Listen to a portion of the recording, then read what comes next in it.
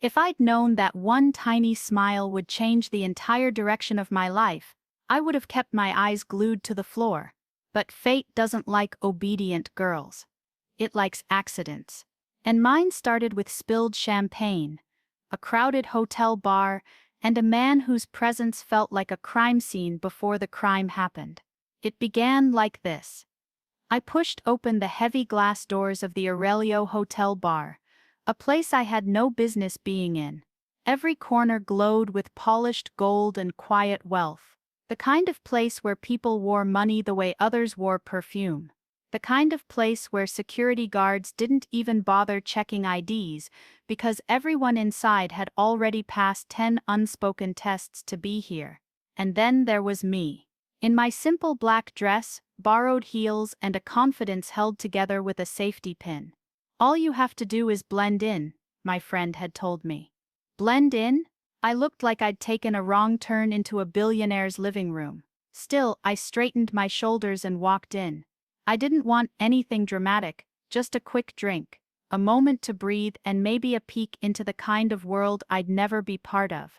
I made it 3 steps in before the accident happened. A server brushed past too fast, a tray tilted, a glass slid, and icy champagne splashed across my wrist. "Ah, sorry," the server whispered, already rushing off. "Great, sticky, cold, sparkly. Exactly what I needed to not look like a stray dog in a luxury bar." I reached for a napkin, bumped straight into a wall of muscle, and that's when my hand shot out instinctively, landing on someone's arm. Not just someone. I didn't know it then, but I felt it. His arm was firm under my palm, the fabric warm, expensive, tailored exactly to him. He didn't jerk back or flinch. He just stilled, like a predator deciding whether I was prey. I opened my mouth to apologize, but curiosity got the better of me. I looked up, and that was my mistake. He was impossibly tall, impossibly composed, and impossibly watchful. Midnight black hair, sharp cheekbones, a jaw sculpted like it wanted to intimidate. But it was his eyes that locked me in place.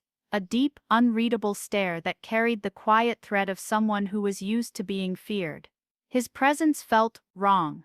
Not wrong like danger. Wrong like he shouldn't exist in the same world as normal people. I swallowed.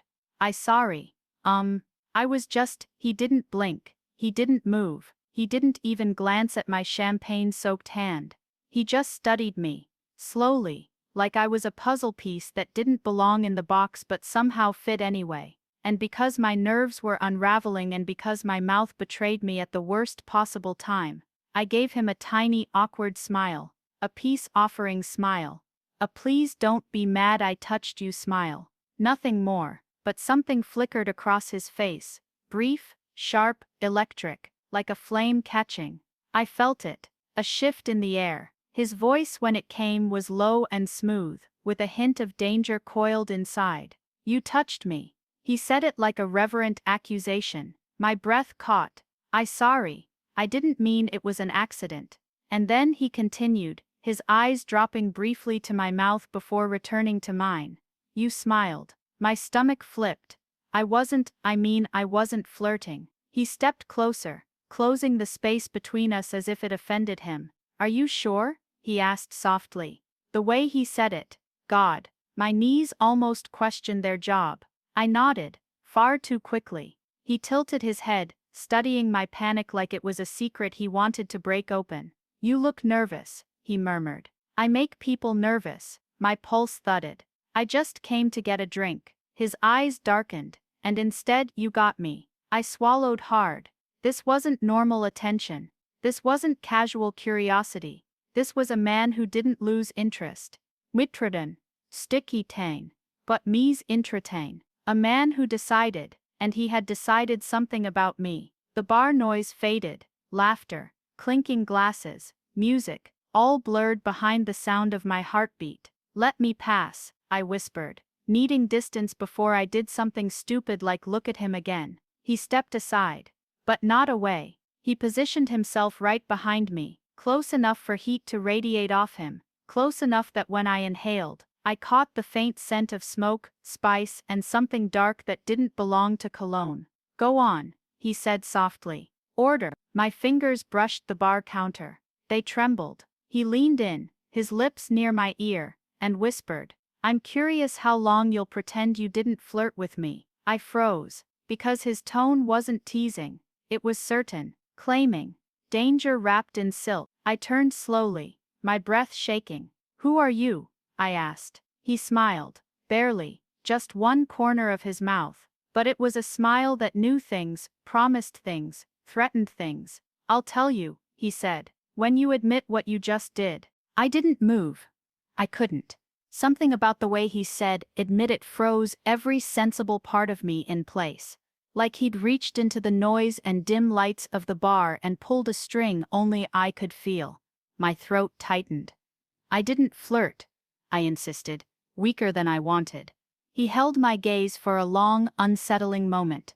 Not angry, not amused. Just studying me with a calmness that felt like danger wearing elegance. Finally he spoke. What's your name? The question felt far from harmless, like he wasn't asking out of curiosity, but to attach something to me, a label, a cord, a claim. I don't think I should tell you that, I said. He smiled again, that small devastating curve of his mouth that didn't reach his eyes but somehow made them darker. You already did. I blinked. No, I didn't. You did. When you looked up at me. He lowered his voice. People say their names without speaking when they want to be known. My breath caught. No one had ever said something like that to me. No one had ever said anything that felt like a hand closing softly around my ribs. I turned away from him, needing space before the bar swallowed me whole. The bartender approached. What can I get you? Before I could answer, the man behind me did. She'll have the lavender gin cocktail, he said. My head snapped toward him. How did you know that?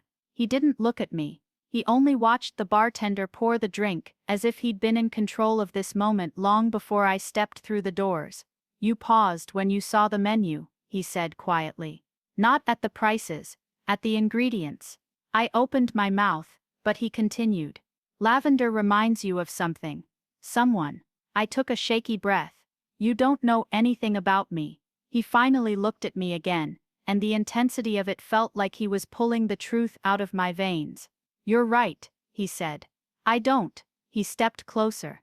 But I want to. Why? Why me? Why this much? I took the drink the bartender slid toward me, mostly to keep my hands busy. I sipped it to buy time, to think, but the taste hit me harder than I expected. Floral, sweet, exactly the kind of thing I would have chosen if I'd dared. The man watched my reaction like he was reading a page. Good, he murmured. I didn't flirt with you, I blurted again, because my brain couldn't keep up with the sensations he was creating just by existing too close. He laughed, quiet, deep, a sound that rolled over my skin and made me grip the counter for stability. You keep saying it, he said, but you haven't convinced either of us. I swallowed. I don't even know your name. He leaned one elbow against the bar, posture relaxed but presence sharp enough to cut glass. That's intentional. My pulse jumped. Why would you hide it? Because, he said, eyes drifting slowly down my face, I want to see how much you notice before you learn who I am. There it was again, the shift. Like he was speaking in layers, the surface words were harmless, but underneath them was something thicker, more dangerous. I took another sip of my drink. You're intense, I said, hating how it came out like an exhale. I'm honest, he corrected. Most men pretend. I don't. And what exactly are you being honest about? I asked, trying to sound bold. It came out shaky. He stepped even closer. That I haven't stopped thinking about the way you touched me. His voice dropped. And that I don't want you to walk away yet. My heart slammed against my ribs. I turned my shoulder toward him slightly. Not to flirt, not to give in, but because facing him fully felt like standing on the edge of something I wasn't ready for. Someone brushed past me on the left. A man in a gray suit, about my age. He lifted his glass in a half-toast. Hey, he said to me. Friendly, unaware. Are you waiting for someone or? He didn't finish. Because my stranger, my accidental almost flirt, turned his head sharply, eyes locking on the newcomer with a look so ice-cold, it should have frozen the drink in my hand. The guy in the gray suit faltered. Sorry, didn't mean to interrupt. You didn't, the stranger said. But his tone carried the weight of a warning. The guy backed off instantly, disappearing into the crowd. I stared at the stranger. What was that? He turned his attention back to me as if nothing had happened. You didn't want him talking to you. That's not for you to decide, I snapped. He moved closer again, but not looming, just close enough for heat to settle between us. It wasn't a decision, he said quietly. It was an observation. You scared him away. Good. Why? He said, without hesitation. Because I'm not done with you. A chill rolled down my spine, not fear, recognition. Of what? I didn't know yet. Maybe the danger, maybe the pull, maybe the fact that I still hadn't walked away, and wasn't sure I could. I looked up at him, a little breathless. You really think I flirted with you? His lips curved, slowly, deliberately. I think, he murmured, you awakened something in me that you don't understand yet. My pulse fluttered wildly, and he added, eyes burning hotter, I intend to see where it leads. For a moment, the world inside the bar seemed to tilt. He stood there, too close, too calm, too certain, waiting for my reaction, like he had all night reserved just for this one conversation. But something subtle changed around us. I didn't realize it at first. I was too focused on him. The heat of his presence, the way he watched me like I was the only person who existed. Then I heard it. The tiny shift in the room. A hush that shouldn't have been noticeable in a packed bar, yet somehow was. Conversations didn't stop. They simply lowered. Laughter didn't disappear. It softened. The music didn't pause. It somehow felt further away. And then I noticed the space. People weren't standing near us anymore. Not obviously. Just enough that a small, invisible circle had formed around him, around us. Like the crowd was unconsciously giving him radius, orbit, distance, or respect. Or fear. I glanced around, confused. Why is everyone? He interrupted, but not with words. With a look. A slow, almost too intent shift of his gaze downward. A silent permission or warning. I couldn't tell which. To keep my voice low, my stomach tightened. I swallowed and tried again, quieter. Why does it feel like people are avoiding you? He didn't answer immediately. Instead, he stepped slightly to the side, as if giving me room to see something I'd missed. A man near the bar, older, silver watch, expensive suit, was clearly trying not to look in our direction. His posture was rigid, too still for someone pretending not to care. When his eyes flicked toward my stranger, his face tensed the way people tense when they see a gun. Another man nearby nudged his date subtly, pulling her closer, not taking his eyes off the figure beside me. The bartender, who had been relaxed a moment ago, now wiped the same section of the counter with sharp, nervous movements. They weren't reacting to me. They were reacting to him. He turned his attention back to me as if he already knew exactly what I had seen. People notice things, he said softly. That doesn't mean you should worry. Should I? I asked. He didn't smile this time. Not even the small, dangerous curve he'd given me before. His expression shifted into something quieter, heavier. Not of me, he said. Of the world I come from. My breath caught. This was the first time he'd said anything that hinted at what he truly was. I didn't push, partly because I was scared of the answer, partly because I wasn't sure what was safe to ask. But then something happened that tore the floor from under the moment. A man walked up, not to us, not exactly, more like toward the exit, but he had to pass nearby. His eyes landed on the stranger next to me, and everything about him changed. The man stiffened. His hand froze mid-step. His jaw clicked shut. He gave a quick, respectful nod, the kind you give to someone with more power than you know what to do with. Not a polite nod. A submissive one. Sir, the man murmured. My stranger didn't even turn his head.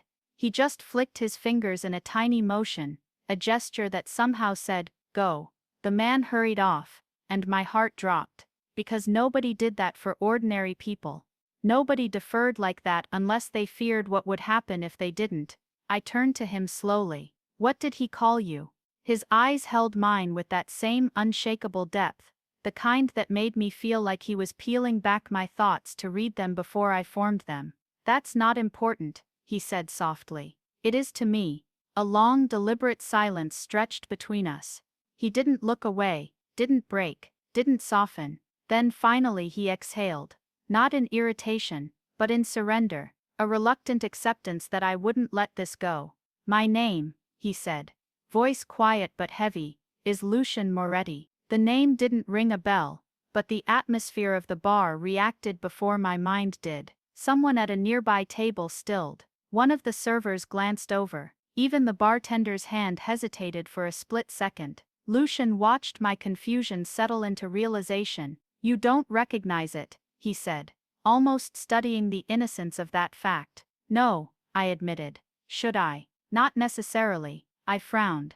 But everyone else seems to. He looked toward the bar, the crowd, the dim lights reflecting off polished marble. His jaw tightened for the first time since I met him, not in anger, but in something closer to resignation, maybe even warning. I own this hotel, he said. I blinked. That explains some things. It explains nothing, he replied quietly, except the part I allow people to see. A cold ripple traveled down my spine, and then, a man approached, a different one, younger, dressed in black, no drink, no relaxation in his posture. He didn't look at me, he looked directly at Lucian. Sir, the man said with a slight bow of his head, your car is ready. Lucian gave a single nod, precise, authoritative. The man stepped back and waited at a respectable distance, eyes scanning the room. I stared, pulse rising.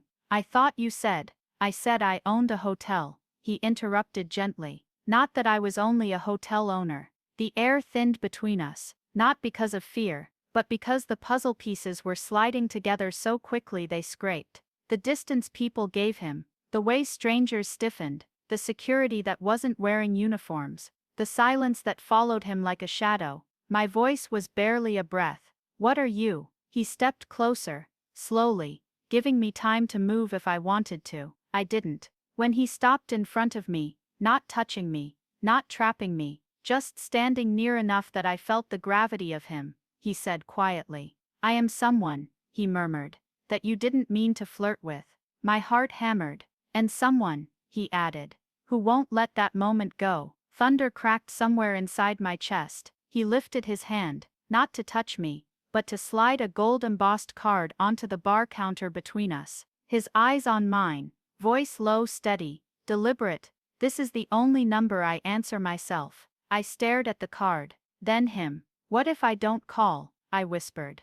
You will. How do you know? He leaned in, just enough that his breath touched my cheek, his voice barely audible. Because you're still standing here. And just like that, he turned and walked toward the exit, every step followed by the quiet parting of the crowd. He didn't look back, but I did, at the card, at the path he'd carved through the room, at the way my heart hadn't stopped racing since I touched his arm by accident. I didn't know who Lucian Moretti truly was, but I knew one thing with terrifying clarity. This wasn't the end of anything, it was the beginning. I didn't leave the bar right away. I couldn't.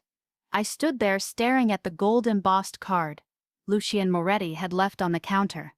The single piece of evidence that the last hour wasn't some strange adrenaline-soaked hallucination. My fingers hovered over it, not touching, not taking it, just frozen. The room had returned to normal the moment he walked out. Conversations rising back up, music swelling again, laughter resuming as if someone had turned the world's volume knob back up. But I wasn't normal anymore. My pulse was wrong. My breathing was wrong. My thoughts were wrong. He had changed something, just by speaking, by watching, by existing too close. I finally forced myself to pick up the card, more to end the staring contest than anything else. It was heavier than a normal card, thicker, textured like something forged, not printed. No website, no title, no business information. just a name embossed in black, Lucien Moretti. And beneath it, a single number. I slipped it into my bag like I was hiding evidence of a crime, exhaled shakily, and left the bar. The lobby of the Aurelio Hotel looked different now, grand, cold, marble stretching beneath chandeliers. I had walked through it an hour ago thinking it was just a fancy building. Now it felt like a territory. His territory, and I had been standing in the center of it without knowing. I stepped outside into the night, hugging my arms against the sharp breeze. The city lights glittered off the wet pavement like shards of something broken but beautiful. Cars hissed by. People hurried past. Normal life moved on. But something prickled at the back of my neck. A black car idled at the curb. Sleek, tinted, still. A driver stood beside it, the same man in black who had approached Lucien earlier. He made no move toward me, didn't speak, didn't even glance in my direction. He waited by the rear door like someone expecting a king to return. Lucien's car. I swallowed hard and walked faster, distancing myself from it, telling myself I was being paranoid. The man wasn't watching me. He wasn't following. He wasn't miss. The voice came from behind me. I spun so fast my bag almost slipped from my hand. A stranger stood there, or at least someone I thought was a stranger. A young man, hoodie pulled up, hands shoved into his pockets. At first glance he looked harmless, nervous even, but his eyes flicked to the street, then back to me too quickly. Do you have the time?" he asked. I checked my phone automatically, even though something inside me whispered not to. Actually, he cut in, stepping closer. "I need help, my friend. She's hurt. She's just down the alley if you could." My heart slammed once, twice. Something felt wrong. People don't usually approach strangers in the dark asking them to follow them into alleys, especially not when they looked this twitchy. "I'm sorry," I said, backing up a step. "I can't. Please," he urged, voice shaky. "It'll just take a second." I tightened my grip on my bag. "No." His expression twitched, just a small flicker. Irritation, desperation, something uglier underneath. I said, "She's hurt," he repeated. "I heard you," I said, trying to keep my voice steady. His jaw clenched, and then everything happened too fast. He reached for my arm, but he never touched me. A voice cracked through the street like a blade. "Stop." The young man froze. So did I. I turned slowly, because I already knew the voice. Not from memory, from the way it held the air. Lucien stood at the end of the sidewalk, hands in the pockets of a dark coat, looking like he had stepped out of the shadows themselves. His eyes locked on the man in the hoodie, cold, precise, lethal, without needing to raise his voice. "You have 3 seconds," Lucien said quietly, to step away from her. The man did. He backed up fast, stumbling over the curb, muttering something, then sprinting into the alley he intended to lure me into. Lucien didn't chase him. He didn't have to. His presence was enough to send danger running. I stared at him, chest tight, breath uneven. "You," I began, but the words tangled. Why are you?" He walked toward me, not quickly, not dramatically, just with a certainty that made the city seem to make room for him. When he reached me, he stopped close enough for warmth to push back the cold of the night. "I told you," he said softly, "my world isn't safe." My heartbeat hammered against my ribs. "You followed me." "No," he corrected, eyes drifting over me, as if checking I wasn't hurt. "I left. Then I realized you would walk home alone, and that didn't sit well with me." "I don't need." "You do," he said simply. Anger flickered in me. "You don't get to decide that." His jaw tightened slightly. "Then consider it a selfish act." "I didn't follow you for your sake." "For whose then?" "For mine." I stared at him, trying to decipher what that meant, if it meant anything at all. He wasn't breathing hard from confrontation. He wasn't rattled. He wasn't even angry. He was controlled, focused, and terrifyingly calm. "Why?" I whispered. "Why do you care?" His answer was low, steady, unflinching. "Because I haven't stopped thinking about the way you looked at me when you touched my arm." My breath caught. "That was an accident." Lucien shook his head once. "You," he said, "were not an accident." His eyes held something I couldn't name. Not softness. not affection. Something deeper. Something that felt like recognition. Then he stepped slightly aside, motioning toward the street. "Let me take you home." I froze. "I'm not getting into your car." "Then I'll walk you." "I don't need." "I will walk behind you if I have to," he said quietly. "But you're not finishing the night alone." He wasn't smiling. He wasn't flirting. He wasn't trying to impress. It wasn't a game for him. It was a decision. A decision that had been made the moment I touched his arm by accident. I exhaled shakily and said the only thing my rattled brain could manage. "You're impossible." Lucien's expression didn't change, but something in his eyes did. A flicker of something warm and dark all at once. "So I've been told." He waited. Not forcing. Not crowding. Just there. Present. Solid. Unmovable. Against every instinct. Every warning. Every logical thought screaming at me to go home alone and forget this ever happened. I nodded. "Fine," I said. "Walk with me." His eyes didn't soften, but his shoulders did, barely visible but somehow telling. He stepped beside me, and together we began down the street. Not close enough to touch, but close enough that the night felt different. Close enough that I knew my life had just crossed a line it could never uncross. For the first few steps we walked in silence. Not an awkward silence. Not even a comfortable one. Something else. Something waited. Charged. Every sound around us felt amplified. The distant hum of traffic. The soft thud of footsteps. The rustle of a passing breeze. It was as if the city had decided to listen instead of speak. Lucien walked at my pace, not rushing me, not slowing me. Just matching. Like he had always known exactly where my footsteps would fall. I kept my eyes straight ahead, even though the heat of his presence on my right felt like a gravitational pull I was trying desperately not to lean into.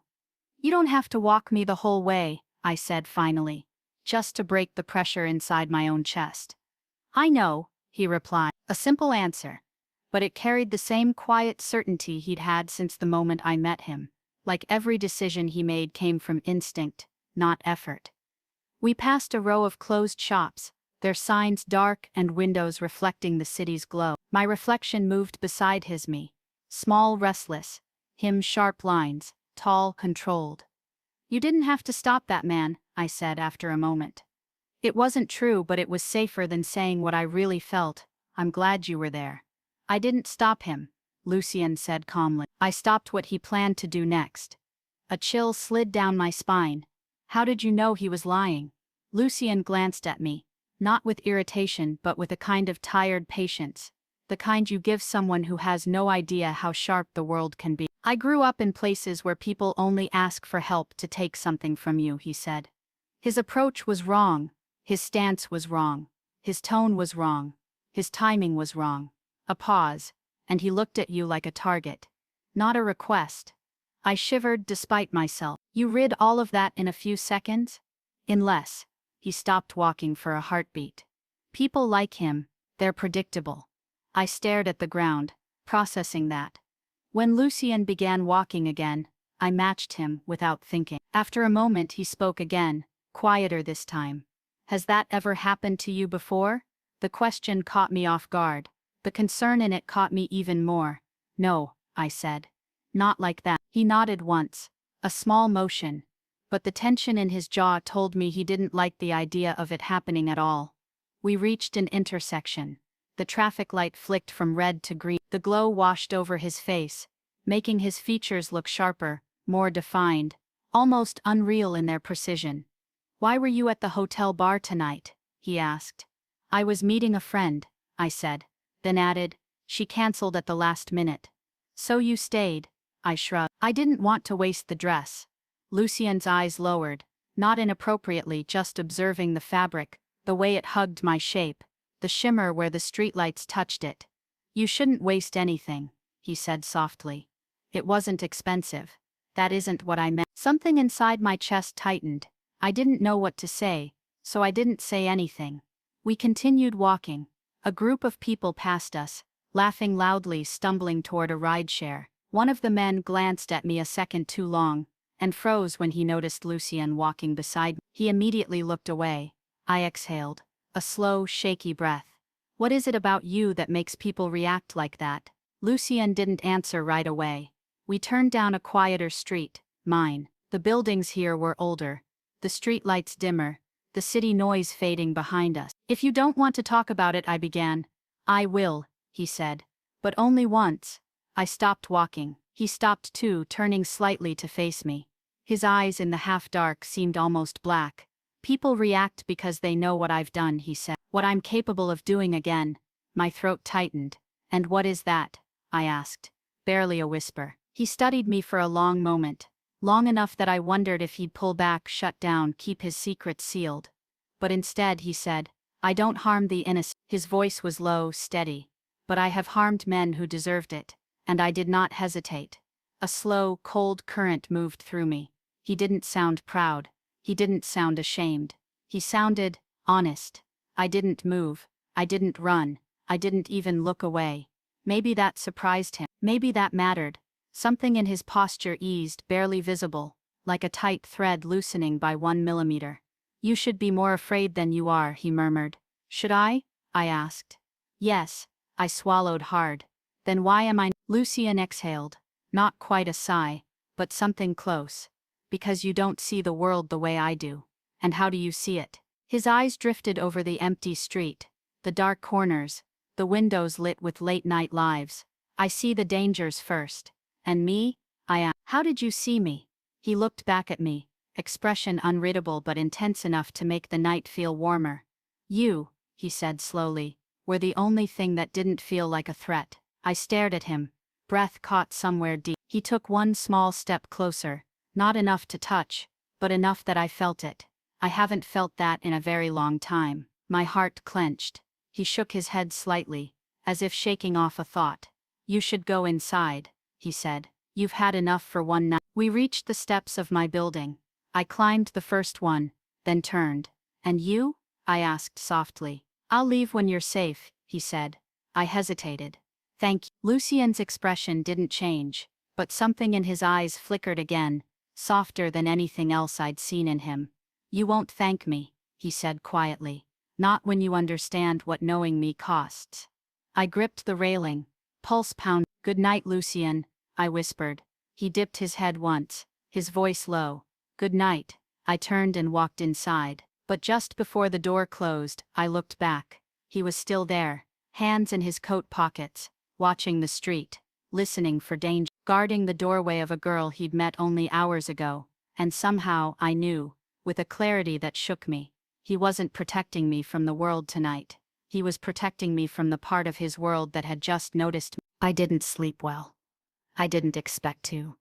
Not after the night I had. Not after walking away from a man who felt less like a person and more like a storm that had learned to walk on two legs. But the restless feeling wasn't fear. It wasn't even anxiety. It was the sense that something invisible had been set in motion, and I was waiting for it to reach me.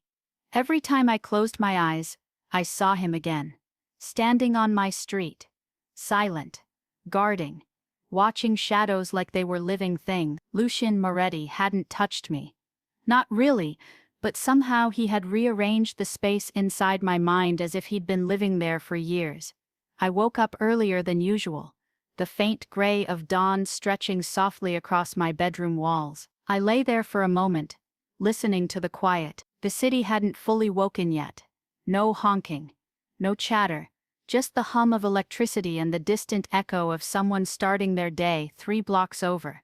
For a moment I let myself pretend last night hadn't happened. Normal mornings didn't start with thoughts like, did he leave as soon as I went inside?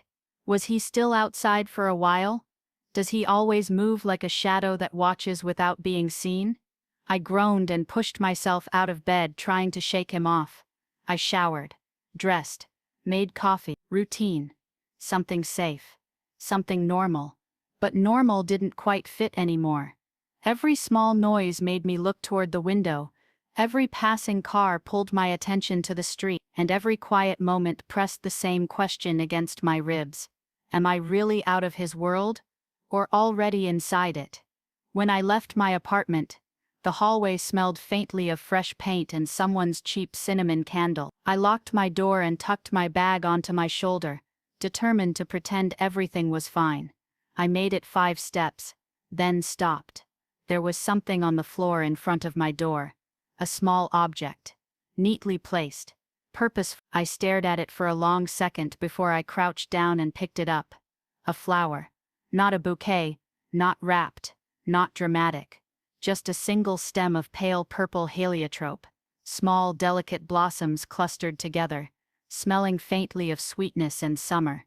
I knew that flower. Lavender wasn't the only thing that reminded me of my mother. Heliotrope had been her favorite. My fingers trembled. I turned the stem slowly in my hand, noticing something tucked into the folded leaf. A thin slip of paper, barely longer than my thumb. I unfolded it carefully. A single sentence, written in a hand that was sharp, clean, decisive. For the girl who shouldn't walk alone. Then my breath caught. Lucien. Of course it was him. No signature needed. No flourish. No explanation. I straightened and looked down the hallway instinctively, but no one was there. No footsteps, no voices, no lingering scent. He hadn't left anything else behind. Just a flower, just a message, just enough to make my pulse stumble. I slipped it into my bag, telling myself not to read too much into it. Except, the handwriting was too precise, the timing too deliberate, the flower too meaningful. He couldn't have known what heliotrope meant to me. Could he?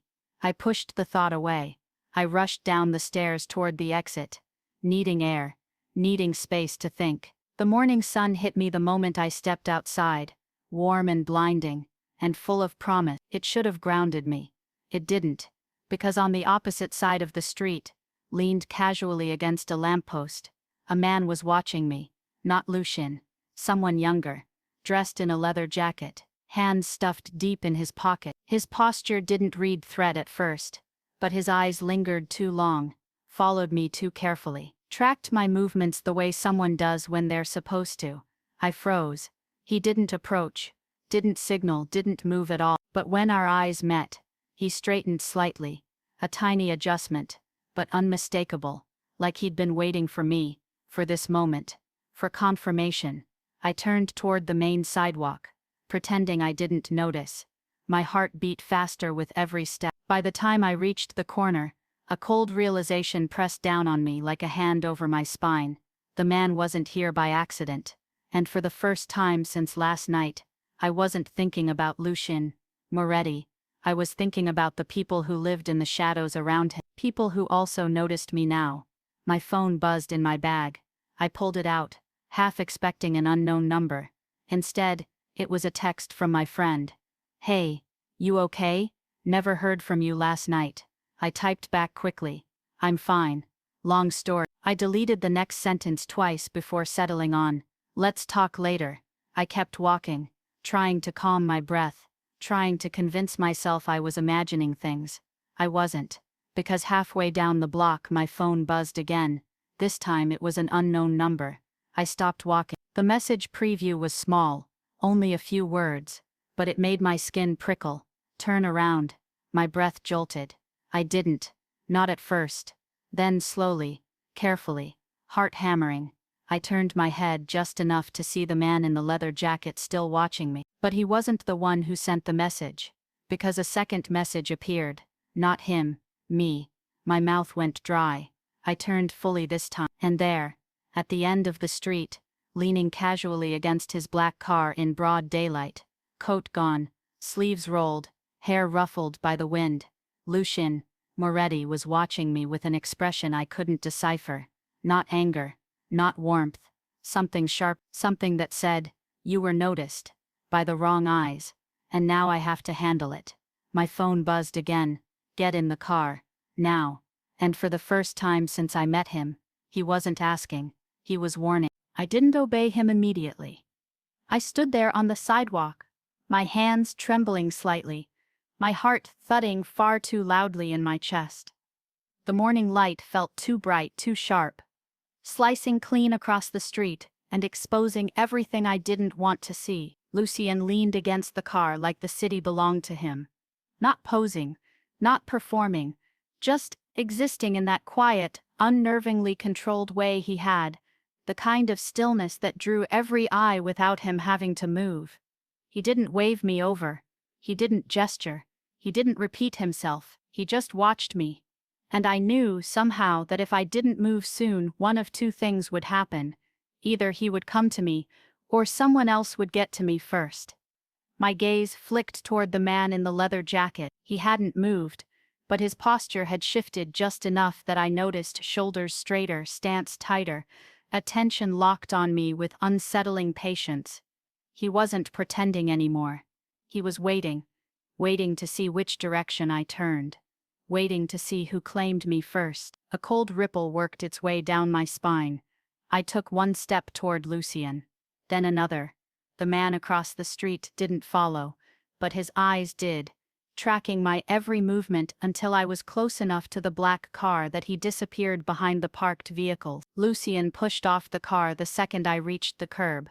Not rushed, not theatrical, just a fluid, deliberate motion. He opened the back door for me, not because I was special, not because he was trying to impress me, because that was how someone like him controlled a situation. He commanded the environment before it commanded him. I slipped into the car. The interior smelled faintly of cedar and something darker. Not perfume, not cologne. Something clean and sharp that felt like him. The seats were soft black leather.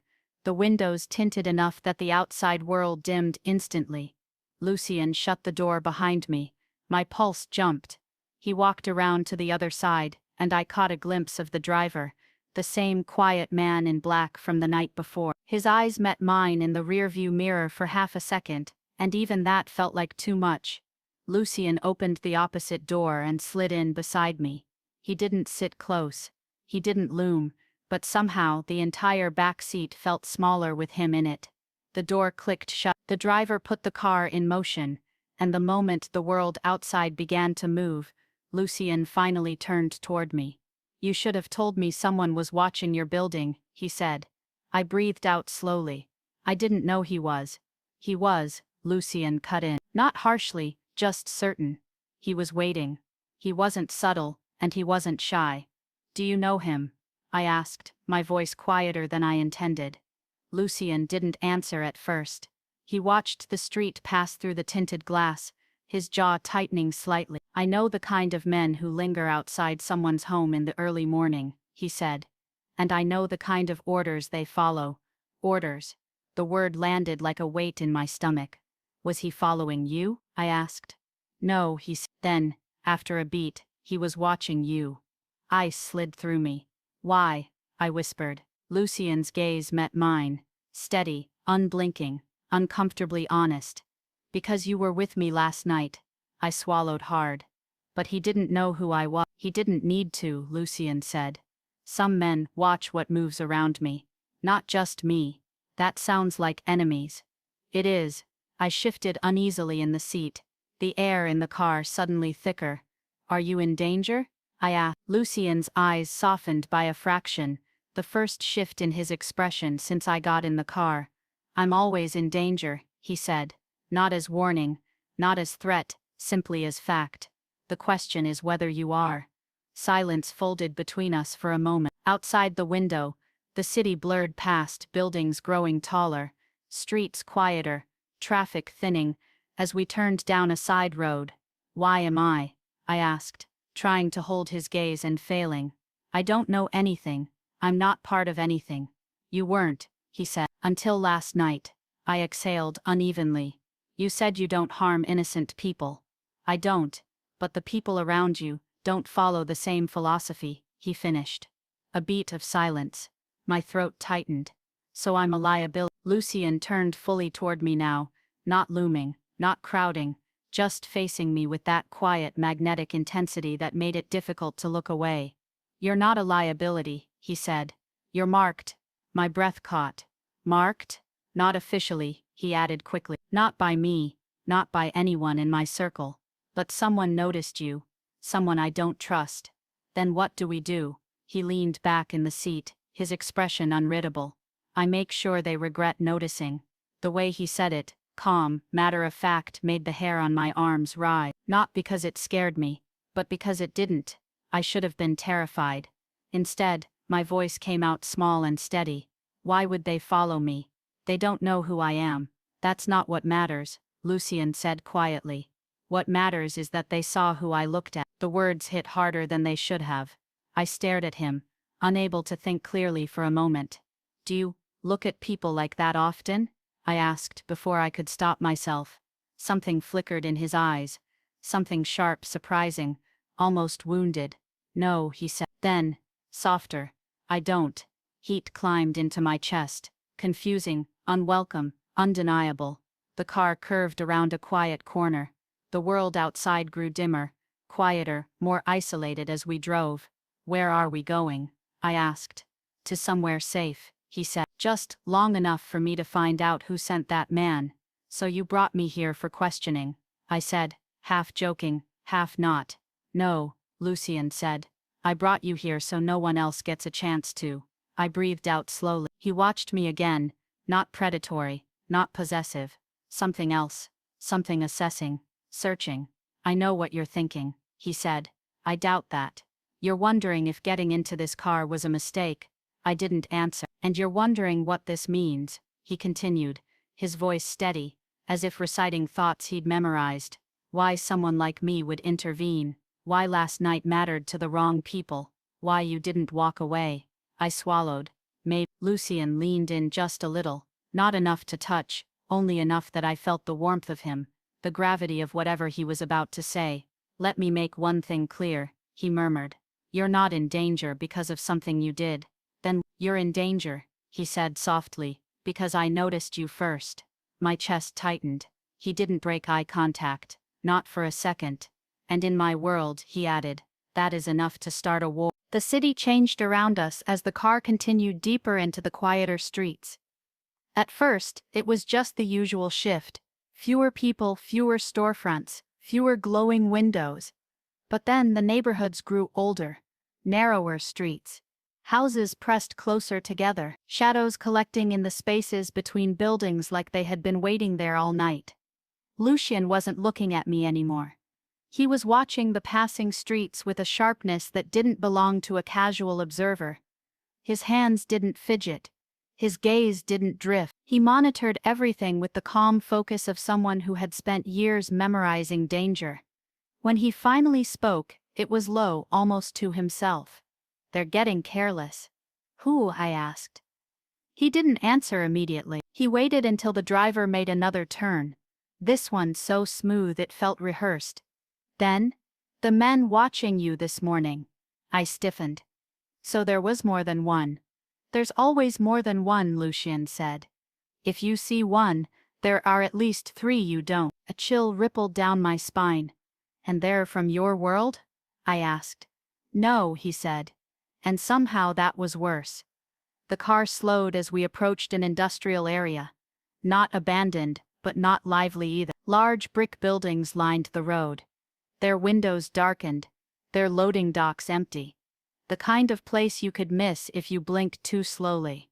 The car stopped beside an unmarked steel door built into the side of a building. Lucien turned toward me. Stay close. I didn't argue. I didn't have the breath to. The driver got out first and scanned the area. When he gave a small nod, Lucien opened his door and stepped out. The second he was outside, the air shifted, as if the shadows themselves straightened under his presence. I followed him, and the cold morning air rushed over my skin. Lucien didn't touch me. He didn't reach for my arm or guide me.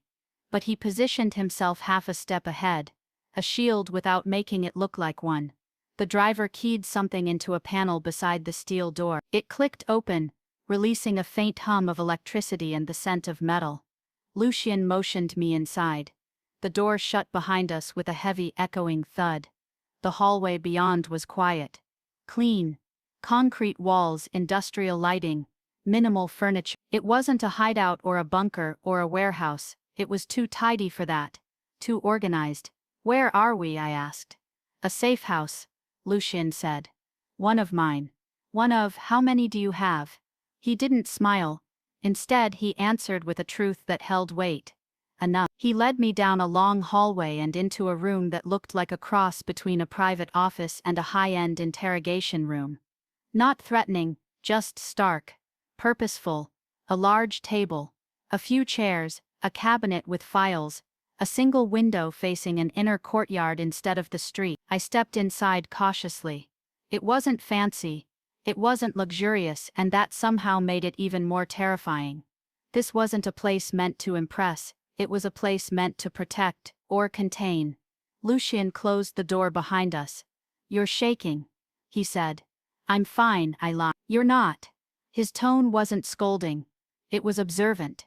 He walked past me, loosened the cuffs of his sleeves, and rested his hands on the back of a chair. The movement was small, but something about it made him look more human. Less untouchable. A man instead of a man. "You said someone noticed me last night," I said. "But why would they care about a stranger you talked to for 3 minutes?" "It wasn't 3 minutes," Lucien said quietly. "And they don't care about you." I blinked. "Then, they care about what I look at," he continued. The memory of his words from the car echoed through me. "You're in danger because I noticed you first."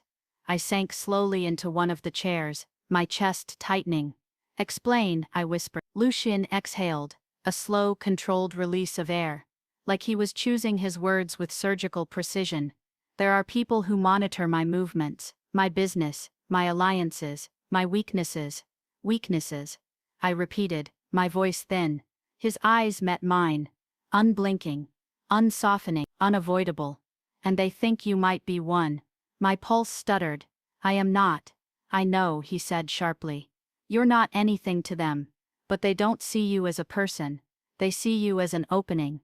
My fingers tangled together in my lap. "And what do you see me as?" Lucien didn't answer right away.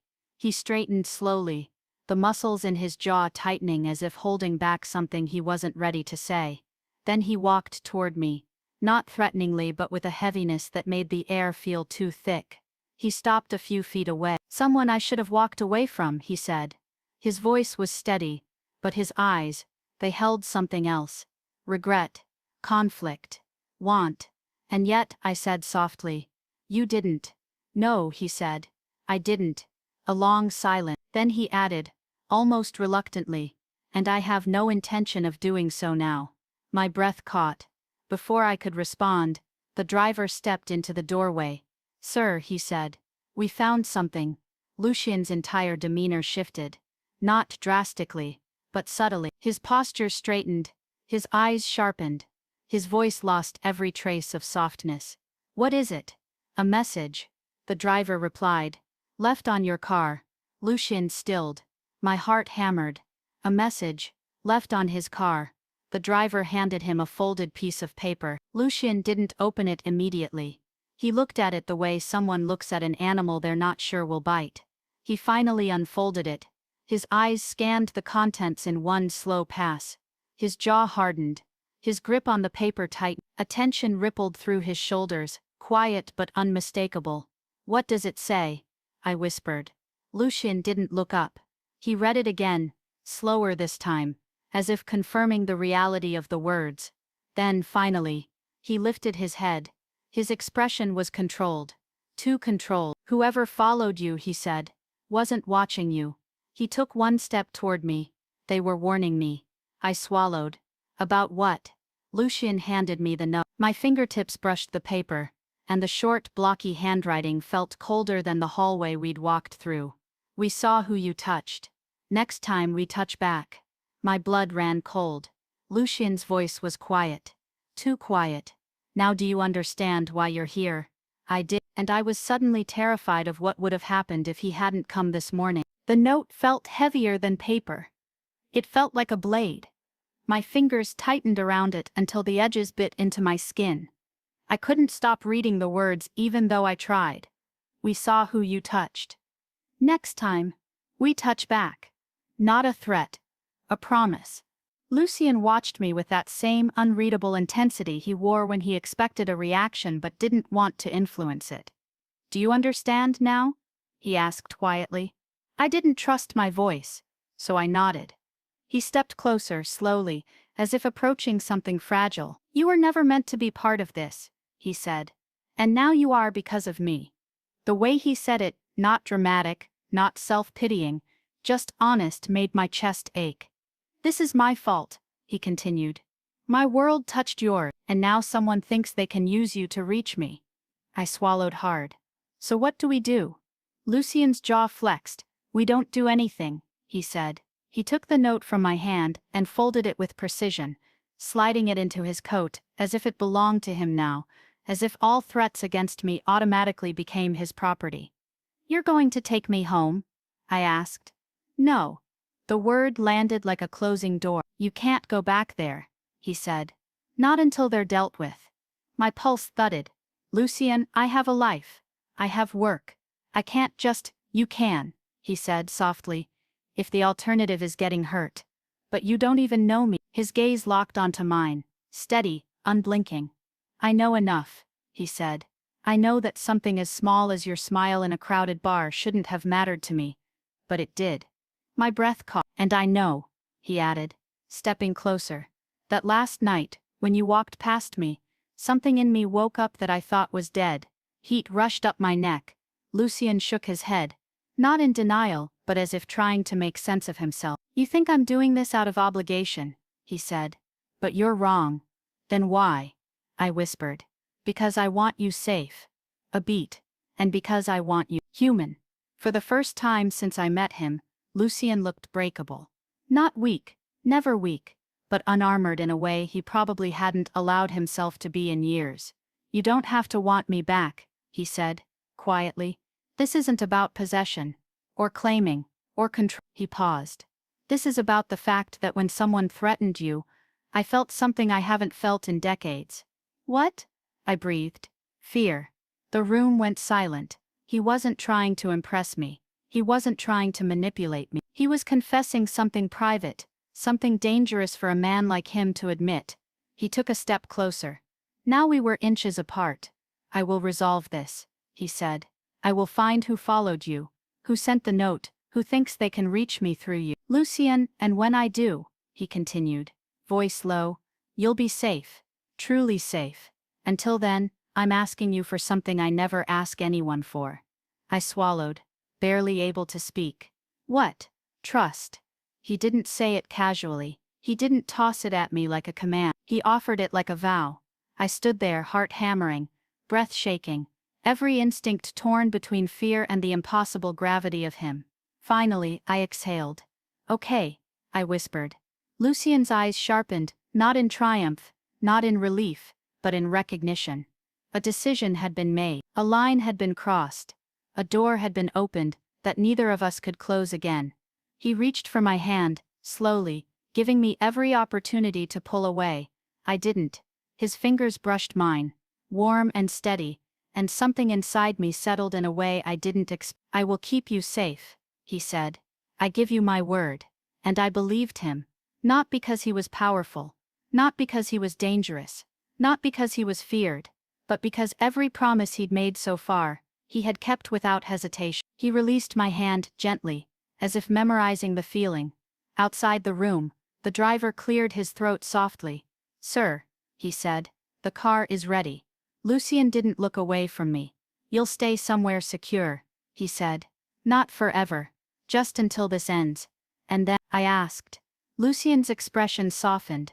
Just barely, just enough to ruin me. And then, he said, we decide what to do with whatever this is. I didn't know what this was. Not exactly, not yet. But it was real. It was alive. It was already rewriting both our worlds. Lucien opened the door for me. I stepped out of the safe house, into the dim-lit hallway, into a future I hadn't planned for, couldn't predict, but somehow didn't want to avoid. And as I walked toward the car with him, beside me, one thought settled deep in my chest with startling, terrifying clarity. Accidentally flirting with him wasn't the moment everything changed. Letting him walk with me afterward was, because that was the moment we stopped being strangers and became something else entirely. The beginning of something dangerous, something inevitable, something I couldn't walk away from now, even if I tried. And that was how the story ended, and how everything truly began. The note felt heavier than paper. It felt like a blade. My fingers tightened around it, until the edges bit into my skin. I couldn't stop reading the words even though I tried. We saw who you touched. Next time, we touch back. Not a threat.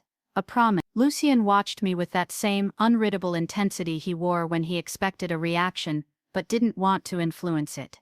Do you understand now? He asked quietly. I didn't trust my voice, so I nodded.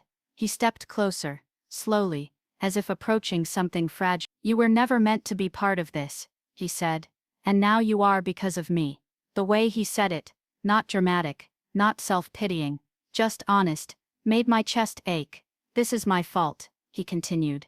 My world touched yours, and now someone thinks they can use you to reach me. I swallowed hard. So what do we do? Lucien's jaw flexed. We don't do anything, he said. He took the note from my hand, and folded it with precision, sliding it into his coat, as if it belonged to him now, as if all threats against me automatically became his property. You're going to take me home? I asked. No. The word landed like a closing door. You can't go back there, he said. Not until they're dealt with. My pulse thudded. Lucien, I have a life. I have work.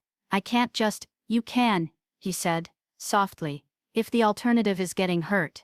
But you don't even know me. His gaze locked onto mine, steady, unblinking. I know enough, he said. I know that something as small as your smile in a crowded bar shouldn't have mattered to me, but it did. My breath caught. And I know, he added, stepping closer, that last night when you walked past me, something in me woke up that I thought was dead. Heat rushed up my neck. Lucien shook his head, not in denial, but as if trying to make sense of himself. You think I'm doing this out of obligation, he said, but you're wrong. Then why? I whispered. Because I want you safe. A beat. And because I want you. The honesty in his voice almost undid me. Not controlled, not calculated, not strategic, just true, raw, human. For the first time since I met him, Lucien looked breakable. Not weak, never weak, but unarmored in a way he probably hadn't allowed himself to be in years. You don't have to want me back, he said, quietly. This isn't about possession, or claiming, or control. He paused. This is about the fact that when someone threatened you, I felt something I haven't felt in decades. What? I breathed. Fear. The room went silent. He wasn't trying to impress me. He wasn't trying to manipulate me. He was confessing something private, something dangerous for a man like him to admit. He took a step closer. Now we were inches apart. I will resolve this, he said. I will find who followed you, who sent the note, who thinks they can reach me through you, Lucien. And when I do, he continued, voice low, you'll be safe, truly safe. Until then, I'm asking you for something I never ask anyone for. I swallowed, barely able to speak. What? Trust. He didn't say it casually. He didn't toss it at me like a command. He offered it like a vow.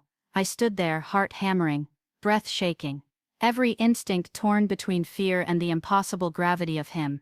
Finally, I exhaled. Okay, I whispered. Lucien's eyes sharpened, not in triumph, not in relief, but in recognition. A decision had been made, a line had been crossed, a door had been opened that neither of us could close again. He reached for my hand, slowly, giving me every opportunity to pull away. I didn't. His fingers brushed mine, warm and steady, and something inside me settled in a way I didn't expect. I will keep you safe, he said. I give you my word. And I believed him. Not because he was powerful, not because he was dangerous, not because he was feared, but because every promise he'd made so far, he had kept without hesitation. He released my hand gently, as if memorizing the feeling. Outside the room, the driver cleared his throat softly. Sir, he said, the car is ready. Lucien didn't look away from me. You'll stay somewhere secure, he said. Not forever. Just until this ends. And then I asked. Lucien's expression softened, just barely, just enough to ruin me. And then, he said, we decide what to do with whatever this is. I didn't know what this was. Not exactly. Not yet. But it was real. It was alive. It was already rewriting both our worlds. Lucien opened the door for me. I stepped out of the safe house, into the dim-lit hallway, into a future I hadn't planned for, couldn't predict but somehow didn't want to avoid. And as I walked toward the car with him beside me, one thought settled deep in my chest with startling, terrifying clarity. Accidentally flirting with him wasn't the moment everything changed. Letting him walk with me afterward was, because that was the moment we stopped being stranger and became something else entirely. The beginning of something dangerous, something inevitable, something I couldn't walk away from now, even if I tried. And that was how the story ended, and how everything truly began.